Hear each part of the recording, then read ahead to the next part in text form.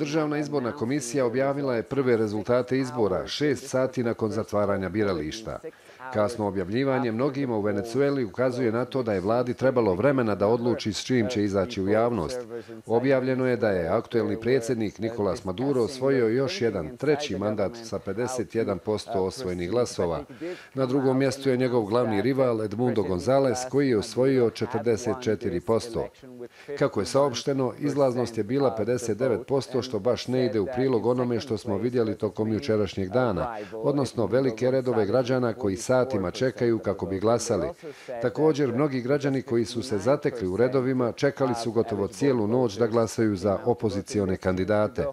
Dakle, saopštenje izborne komisije dolazi kao svojevrsni šok za one koji su očekivali promjenu na vlasti nakon 25 godina vladavine socijalističke stranke.